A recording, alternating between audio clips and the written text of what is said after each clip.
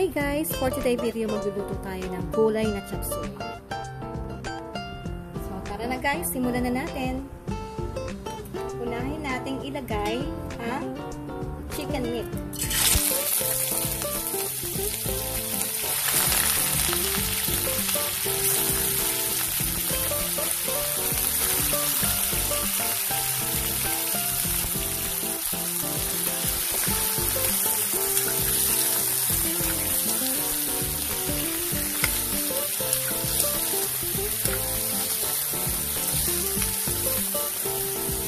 Kailangan pag-isa natin mabuti sa mantika.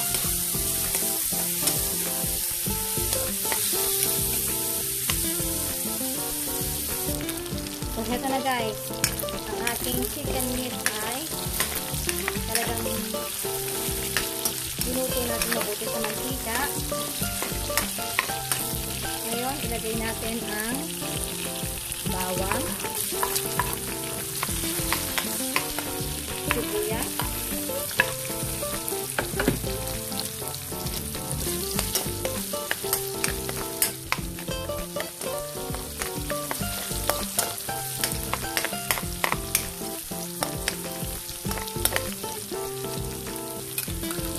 at atay ng manok.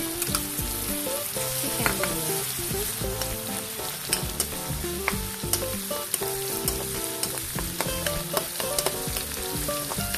Haluin lang natin mabuti ang ating mga ingredients. Bawang sibuyas, kailangan ay golden brown.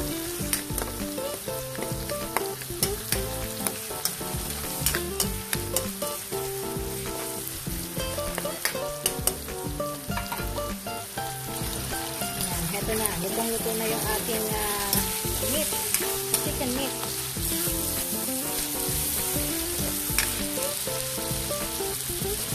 Ilagay natin ang gulay.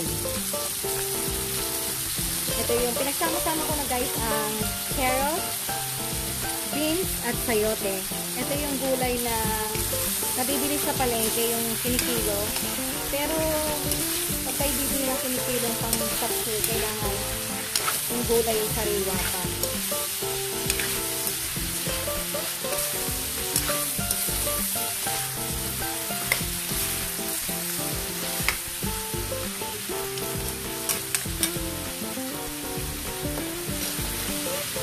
Tapos maglagay tayo ng paminta.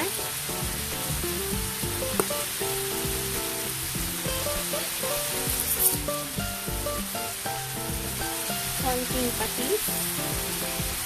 Kalahati kutsarang patis.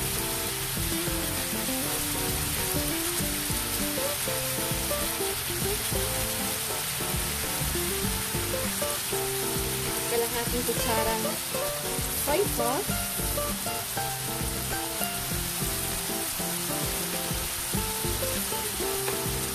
Siyempre, hindi mawawala ang ating oyster sauce sa ating gulay na chop suey.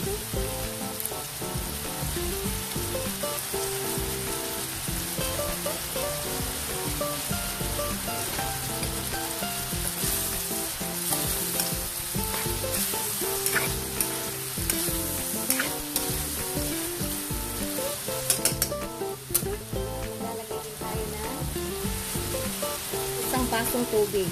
Pero yung aking tubig, nilagyan ko ng kalahating kutsarang harina para medyo lumapot ang ating gulay na chop suey. Lagay na natin.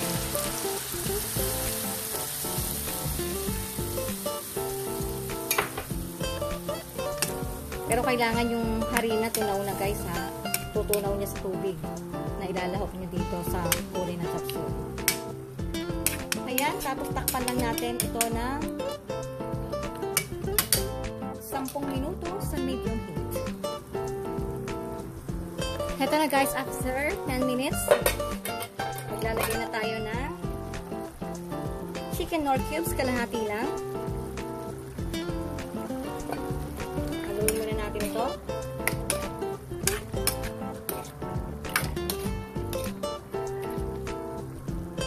Maglalagay din tayo ng repolyo.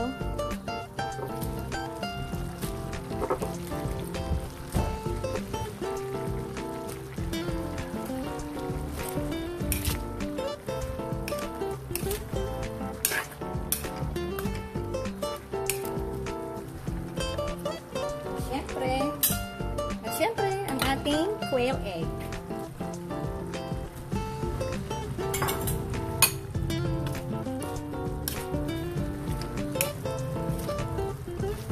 Yan, takpan lang natin ulit guys ng mga 5 minutes at ito ay luto na and ready for serving.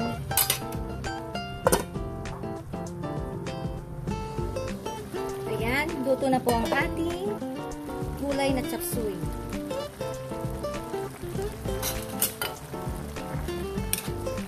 Hindi kailangan yung talagang makompleto mo yung ingredients para makapagluto ka ng chop suey. Sa simpleng ingredients lang na gulay, makakapagluto ka na ng masarap na chop suey. Hanggang sa susunod po muli ng aking cooking show. Bye guys! Gulay na chop